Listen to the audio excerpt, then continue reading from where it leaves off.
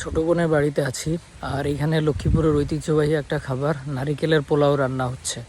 এটা হচ্ছে নারিকেলের দুধ, নারিকেল থেকে নারিকেল চিপড়ায় বের করা হয়েছে। নারিকেলের দুধটা উতলে গেছে, এখানে একটু দারচিনি দেওয়া হয়েছে, এলাচ, তেজপাতা, হালকা লবণ। নারিকেলের দুধটা বেশ কিছুক্ষণ জাল দেওয়ার পর এর মধ্যে হচ্ছে পোলাওর চাল দেওয়া। আতপ চাল, পোলাও চাল না, আতপ চাল দিয়ে রান্না হয়। ও, এটা আতপ চাল। চিনি দেয়া হচ্ছে। নারিকেলের পোলাওটা ডান। হ্যাঁ, এই কনসিস্টেন্সি রেখেই এটাকে নামায় ফেলে ঢাকনা দিয়ে রেখে দিব। ওকে, এখন হচ্ছে নারিকেলের পোলাওটা খাওয়ার পালা। বিসমিল্লাহ।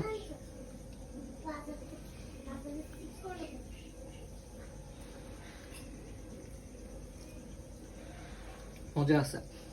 এটার মধ্যে নারিকেলের ফ্লেভারটা তো আসতেছে, যেহেতু নারিকেলের দুধ দিয়ে করা, আতপ চাল দিয়ে করা হয়েছে, সো নারিকেলের ফ্লেভারটাই স্ট্রংলি এটাতে লাগতেছে এবং মিষ্টিটা খুবই পরিমিত হয়েছে, যার কারণে এটা খেয়ে খুব ভালো লাগতেছে।